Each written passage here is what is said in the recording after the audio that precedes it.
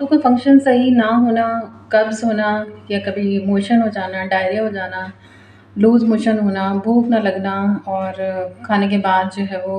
बदहज़मी होना, indigestion, gases production, ये indicate करती हैं कि आपकी आंतों का जो फ़ंक्शन है वो सही नहीं है।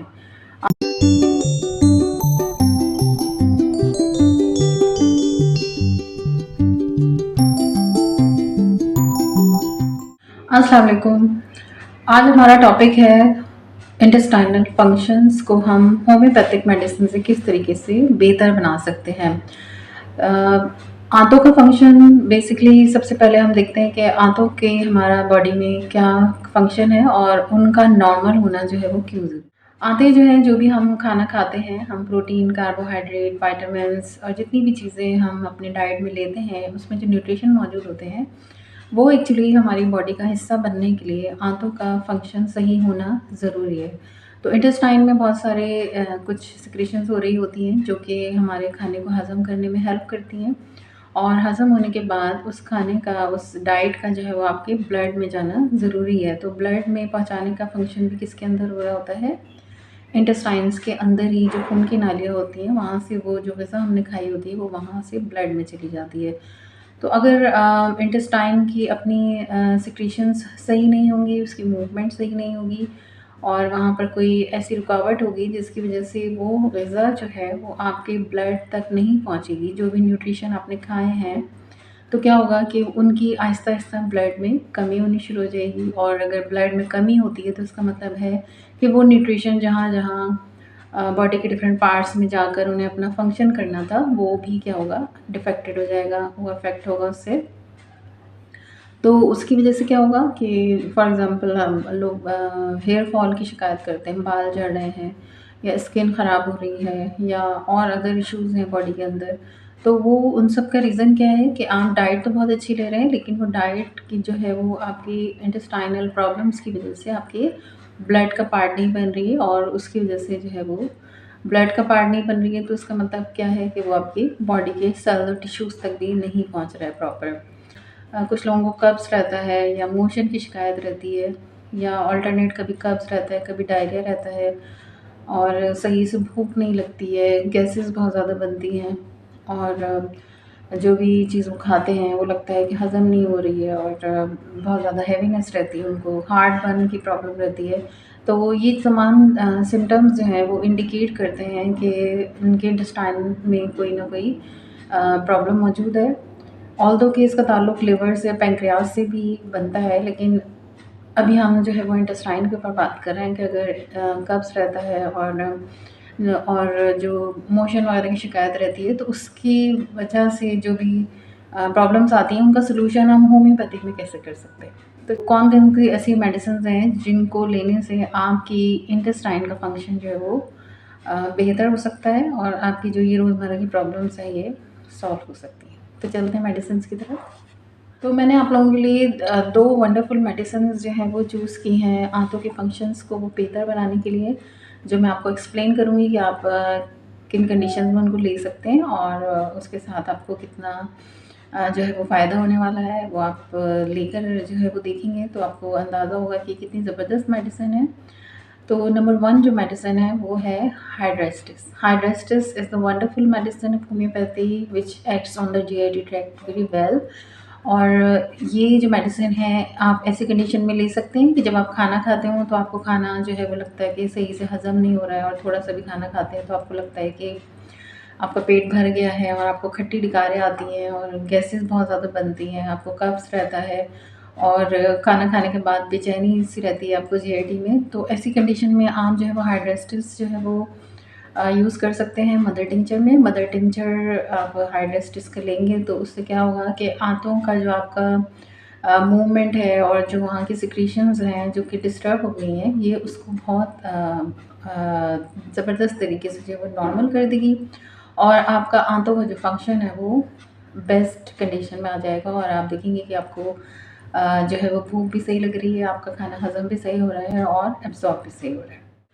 Next is the very famous homeopathic medicine, which is Nux vomica. Nux vomica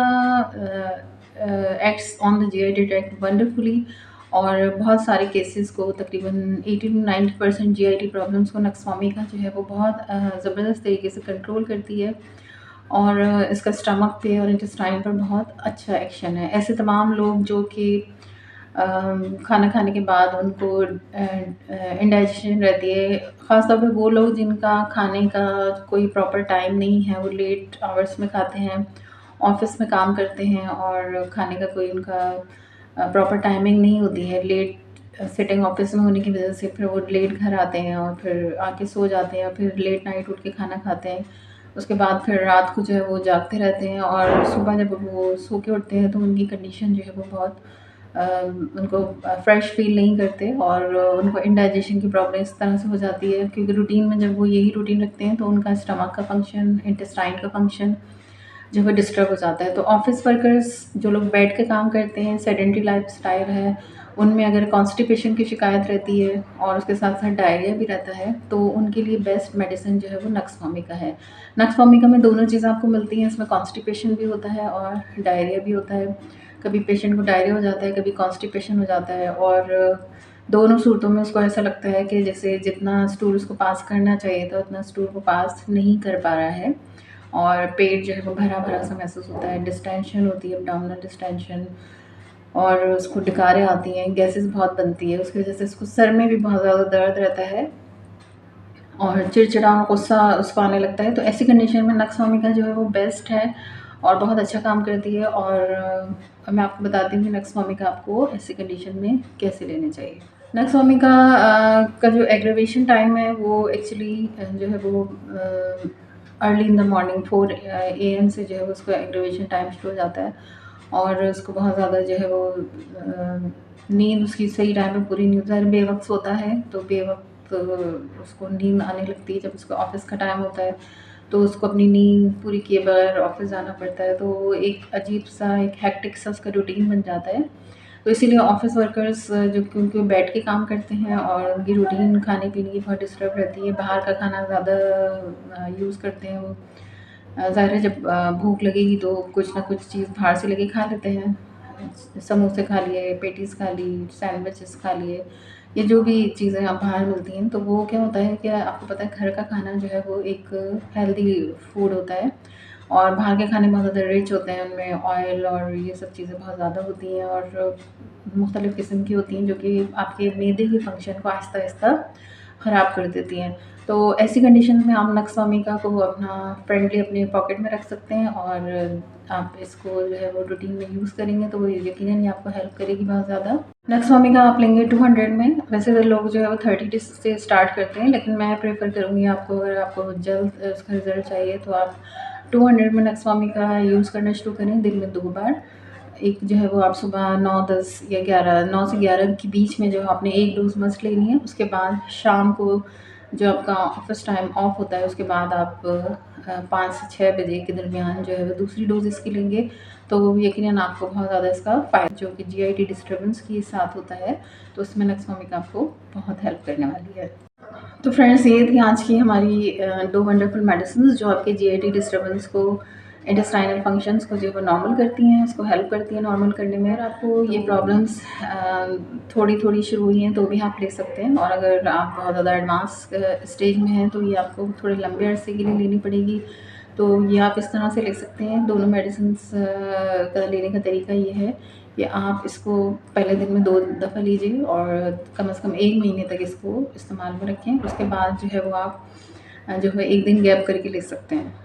और दूसरा ये है कि कोई भी मेडिसिन आप कंटिन्यू करेंगे तो उसके इफ़ेक्ट्स आपको मिलेंगे, लेकिन कितना कंटिन्यू करना है ये आप डॉक्टर से कंसल्ट करे बगैर जो है वो नहीं कर सकते। तो मैं आपको सजेस्ट करूँगी कि आप 3 मंथ्स तक जो है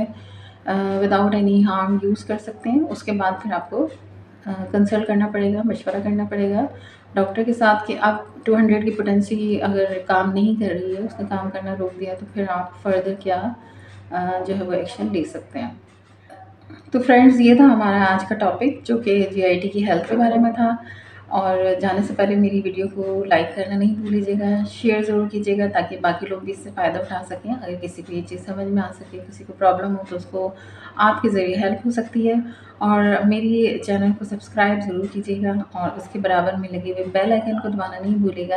ताकि मेरी आने वाली नई वीडियोज़ जिनमें हम मुख्तलिफ़ डिजीज़ेज़ का होम्योपैथिक ट्रीटमेंट आपसे डिस्कस करेंगे, तो वो वीडियोज़ आपको टाइम टू टाइम मिलती रहें। और आपके लिए बहुत सारी मेरी वेल विशेज़ हैं, दुआएँ हैं और मुझे भी अपनी दुआओं में ज़रूर याद रखिएगा। Take care. अल्लाह हाफ़िज़।